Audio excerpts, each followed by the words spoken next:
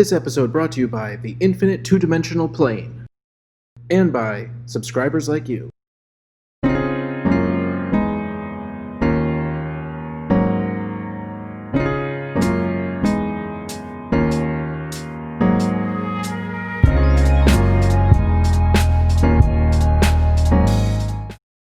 Welcome, fellow wargamers, to the CGN Basement, and we are coming back at you with another This Old 40K. This week we are continuing our 9th edition coverage, and we're going to be taking a look at the different size tables that is included in the new Warhammer 9th edition. Based on the pre-release information available at warhammercommunity.com, we know that Warhammer 9th edition is going to be divided into 4 game categories with 3 different table sizes. The 3 sizes of boards are all built off of the Kill Team board, which is a base of 22 by 30. However, in Warhammer 9th edition, you are going to be building 3 sets of boards, all larger than that, for your 4 possible game types. Let's take a look at those boards now.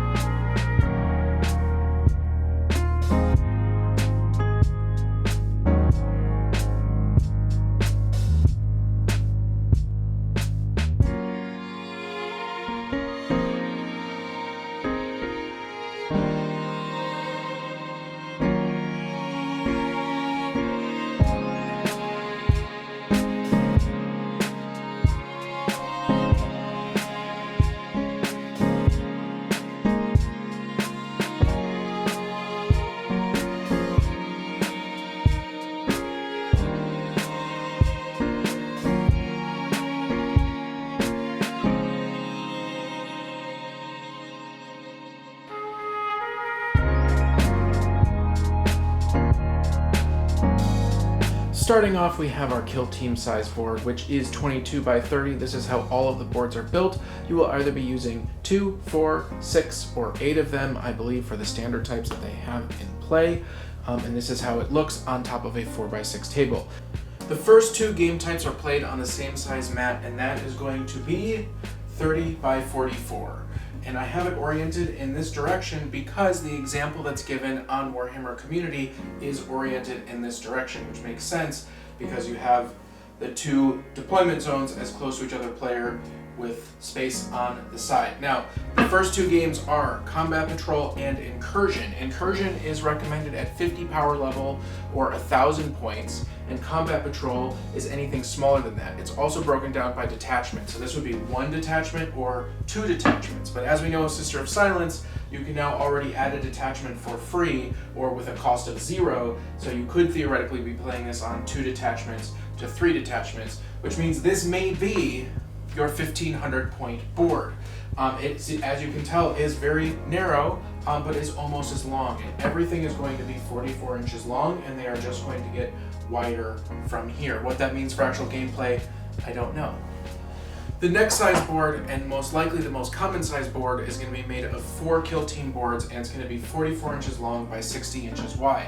Now, as you can see, this is on a 6x4 mat, so 6x4 is 48 by 72, which means that you're going to have approximately 6 inches on either side and 2 inches towards the players. Now, this is called Strike Force, and it is recommended for a 100 power level or a 2,000 point game, which means that this is going to be your standard size board that we're going to be playing on. It's really not that much different than the 4x6, except as we'll see in a little bit, it does fit much better on a kitchen table. However, if you do have custom terrain that is 4x6, you can see that it's not going to fit very nicely. GW has taken that into an account, and after we look at the last size board, I'm going to show why playing on a little bit bigger board with the new rules actually doesn't matter as much. Next, we're going to be taking a look at the largest table size as shown in the Warhammer 40K preview, and that is the Onslaught board. The Onslaught board is meant to be played with 4 detachments at 150 power level or 3,000 points. And it is a whopping 44 inches wide by 90 inches long.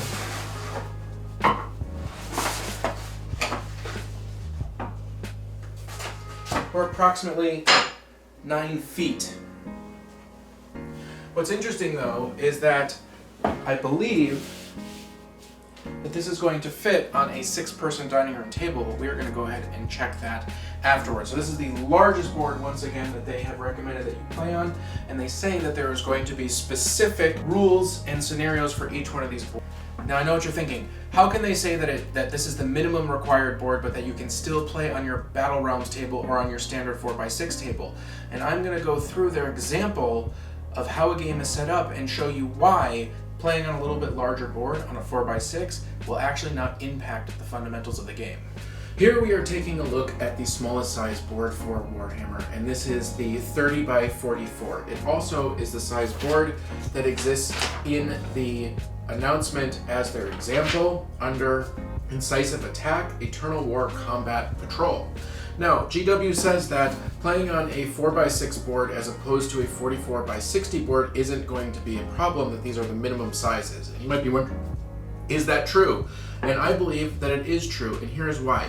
GW has been very clever in how they set up the rules for deployment and the objectives as to have more of an impact on the game than the overall size.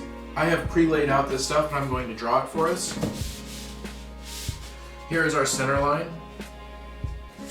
and this center line and center point is extremely important. So all of the objectives in the entire game is played off of measuring from this center point and from these center lines. And what that means is it doesn't matter how big your board is, it doesn't matter how wide or how long, you are always going to be going from the center. So in this example, there is a deployment zone 12 inches off from the center. That makes all of this a deployment zone. And it makes all of this a deployment zone. For objectives. Now I'm going to mark the center because the center is important. So there's our center line. And then there's 4 objectives. There are 2 9 inches on that center line. And then there are 2 16 inches, and they are actually in your deployment zone. The other key piece of information in this is how you score. And you score at the end of your turn. So what that means is, yes, you could have an extra 2 inches of space and you could put your gun line further back, which might help you in the event that you're getting charged, but it doesn't help you hold the objective. So the bottom line is, so long as you are always measuring off of the center point, and so long as the objectives are always measured off the center point, then you are encouraged to play further up the board, and you're also encouraged to play faster and harder because you're scoring at the end of your turn, which means that you cannot wait until the end of your opponent's turn to try and shoot them off of the objective, hoping that they don't score a point. So by doing that, I believe that playing on a 4x6 board is going to have essentially the same feel as playing on a 44x60. So I think that they've done a really good job with the rules. Now, of course, they've only given us one example, and these could change, and they could not use the center line in some of the other ones. That, of course, is a possibility. But let's take a look at how these boards hold up when you play on a dining room table. So we're going to take these upstairs. So here we are. We are currently sitting at my dining room table, and we're going to take a look at how the new board sizes plays on this table. And just so you know, my table is not 90 inches long. For those of you who have ever tried to play a game of standard size 40K on a dining room table and who have a 4x6 mat, you will be familiar with this problem. These tables are typically not 4 feet wide, and you wind up playing something like this with the edge of your mat hanging down on the side. This is precisely what Games Workshop is trying to correct so that you can play 40K on a standard size tournament table on your dining room table. So let's take a look at the dimensions of my table and see if it fits. So the first thing is that my table is still not 44 inches long, which means that the example that we just looked at downstairs, we're going to have to flip on its side, but it will still fit. My table is actually 39.5. And it's 84 inches long, which I believe is a pretty standard 6-person size stable.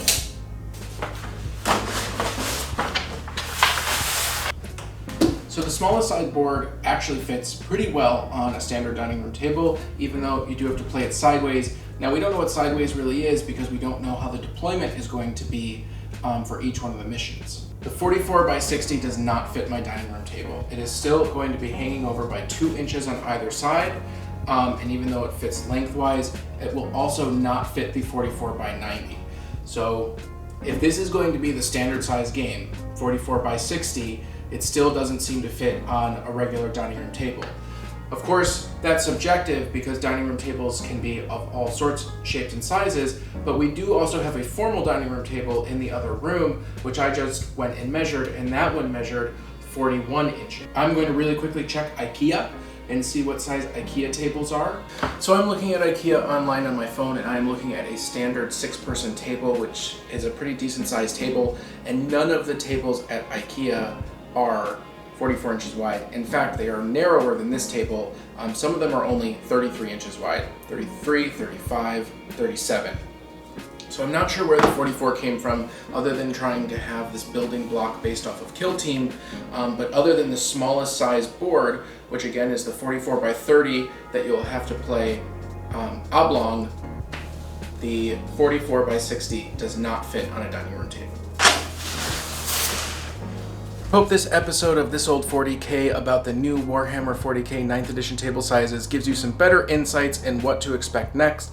I also hope it gets you excited for the new Warhammer because I know I'm excited and I like having these different options, and overall I like the smaller boards. Just to let you know, if you're playing on a 44 by 60, that is approximately 17% smaller than a 4 by 6, and that means that larger tournaments can now host more people in the same space. And that's something to be excited for. Until next time, this is Aaron from the Cool Guys Nation. Remember to like and subscribe, hit that bell button so you never miss an update. If you want to take your patronage to the next level, check out our Patreon in the notes below. And as always, we'll see you on the table.